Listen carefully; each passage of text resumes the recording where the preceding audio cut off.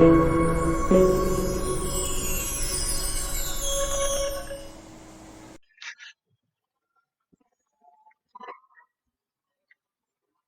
hello, and welcome to another session on data communications and networks. In today's session, we'll see one of the approach for variable size framing, which is the character oriented framing.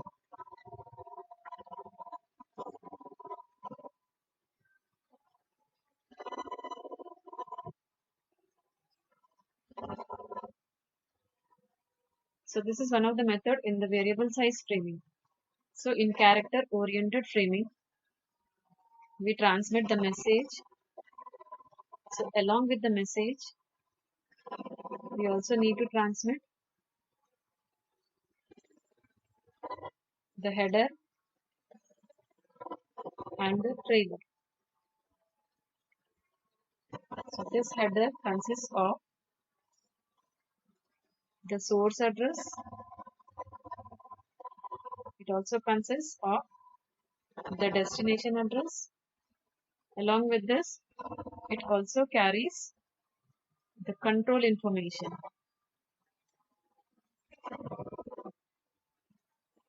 Here the trailer, it carries the error detection and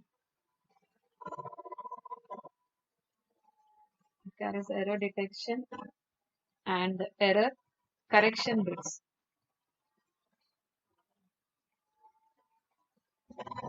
So this is the one complete frame where along with the message there is a header of 8 bits. Trailer is also of 8 bits.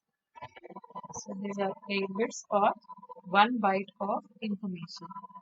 So these two are included along with the message. This is one complete frame which is transmitted from the sending end to the receiving end.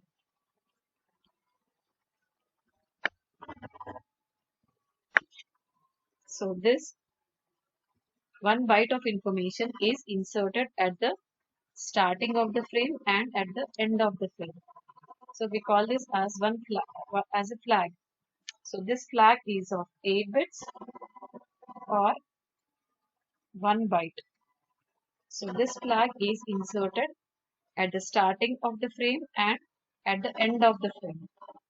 So this also separates both the frames from each other. So whenever the receiver encounters one flag at the end, it understands that this is the end of one frame. But there is a problem in this method. We'll see what is that problem.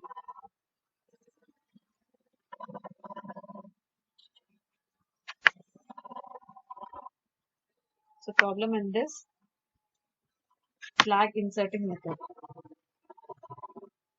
So in earlier days, the data transmitted was only text. Only the text was transmitted from the source to the destination. So in that case, the flag which we are using or the flag which was inserted at the starting and at the end of the frame, this consists of the flag consisted of any other characters which were not present in the text message. So the flag consists of other characters which was not in the text message. So in that case, the flag was unique. So the receiver was able to differentiate which was the text message and which was the flag. So it simply discarded the flag and it used to take the text message. But nowadays, the data which we transmit consists of not only the text messages. Along with the text message, we transmit images. We also transmit the audio files. We also transmit video files. So these are all the types of data which we are transmitting from the sender to the receiver. So in this case, what happens? The flag consists, if you are using a flag at the starting and at the end of the frame, the bit pattern which is present in the flag could also be a part of the data message, the data or the message which is transmitted. So whenever if the flag, the bits in the flag are similar to the bits in the message. So if some of the bits are similar to the bits in the message signal, and whenever the receiver comes across the similar bits in the message, it interprets this message as a flag, and that bits in the flag will be discarded by the receiver. So this way, most of the message bits are lost because the receiver is considering that these bits belong to the flag, they do not belong to the message. So this is the problem in this method. So we'll see how to fix this problem.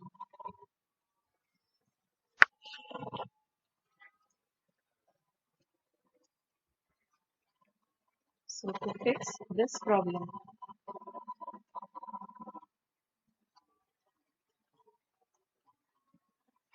so we use another method. This is known as the byte stuffing method. So this problem can be solved by using the byte stuffing method. So in this byte stuffing method,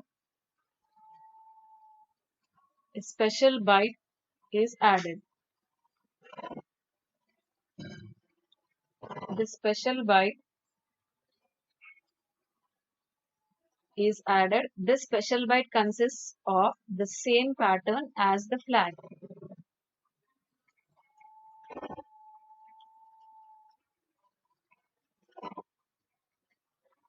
So this special byte is usually the escape character. We use the ESC character, that is the escape character. It has a predefined bit pattern. We use a predefined bit pattern for this escape character. So this special byte is the escape character with a predefined bit pattern, and this pattern is similar to the pattern as the flag. Now whenever the receiver comes across this escape character, it removes it from the data and treats the next character as the data, not as a flag. So this is how we can fix this problem. But with this byte stuffing problem comes another problem. We'll see what it is.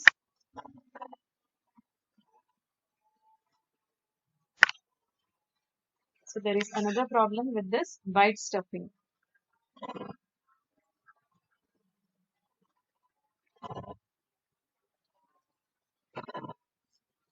Now here in this case, if the text message consists of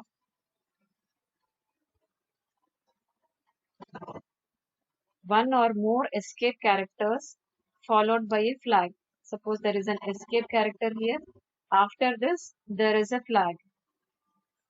So if the text message consists of one or more escape characters followed by a flag.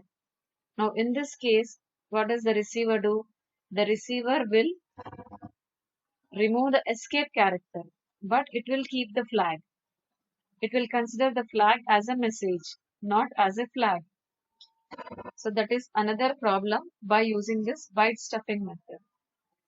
So we can fix this problem. So to fix this problem, we use another method by using another escape character. So another escape character must also be included with one escape character. So whenever the receiver encounters two escape characters, it will remove one escape character and it will consider the second escape character that is a part of the data. So this is how the problem can be fixed. So We'll see once again, if the text character contains one or more escape characters followed by a flag, the receiver will remove the first escape character, but it will consider the flag as part of the data. So it will remove the flag, one escape character, and it will consider the flag as part of the data. But here the flag is not the data. The flag also has to be removed. So to fix this problem,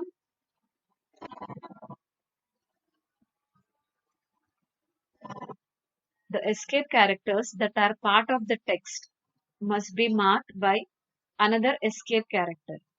This means that if one escape character is added as part of the data, another escape character is also added to show that the second escape character is part of the data. So this way, one escape character and the flag will be removed by the receiver, and then it will take the data. So this is the process which takes place in the second method, in the character oriented framing.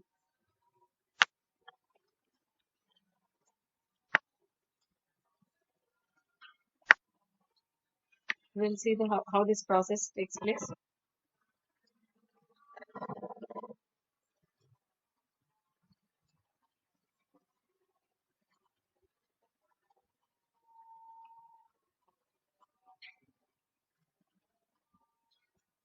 Suppose we have a flag at the starting. After the flag, there is some data.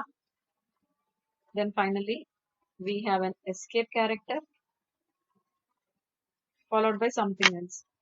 So this is the data which is coming from the upper layer. Now the frame which is transmitted or the frame which is sent looks like this.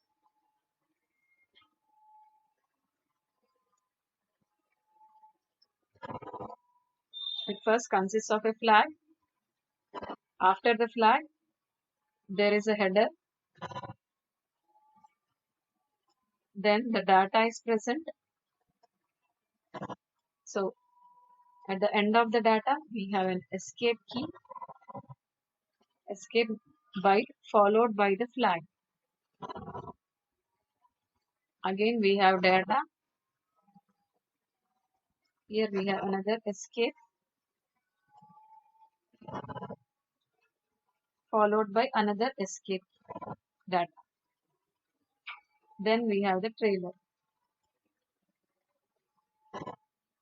So here, whenever the receiver receives this complete frame, then it will remove the first flag.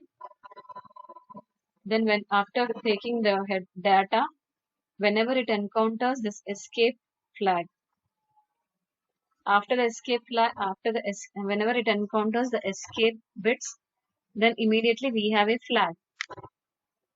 Then in this case, if the data is transmitted in such a case, this escape character will be removed by the receiver and it will consider the flag data as part of the data. So to remove this, we need to use two escape data bits. So these are 2 bytes of data. This is 1 byte of data and this is another byte. So the first escape will be taken as the data or the message by the receiver and it will remove the next escape byte. So this way it differentiates the data or the message from the escape key. So it will only keep the message and it will remove the data. So in this case, this escape bits of 1 byte is part of the message or the data, and the other escape which is present here, that is just to separate one frame from the other frame. So this is the process which takes place in the character oriented framing. So I hope I am clear. That's all in this session. Thank you. We'll see one example of this in the next session. Thank you.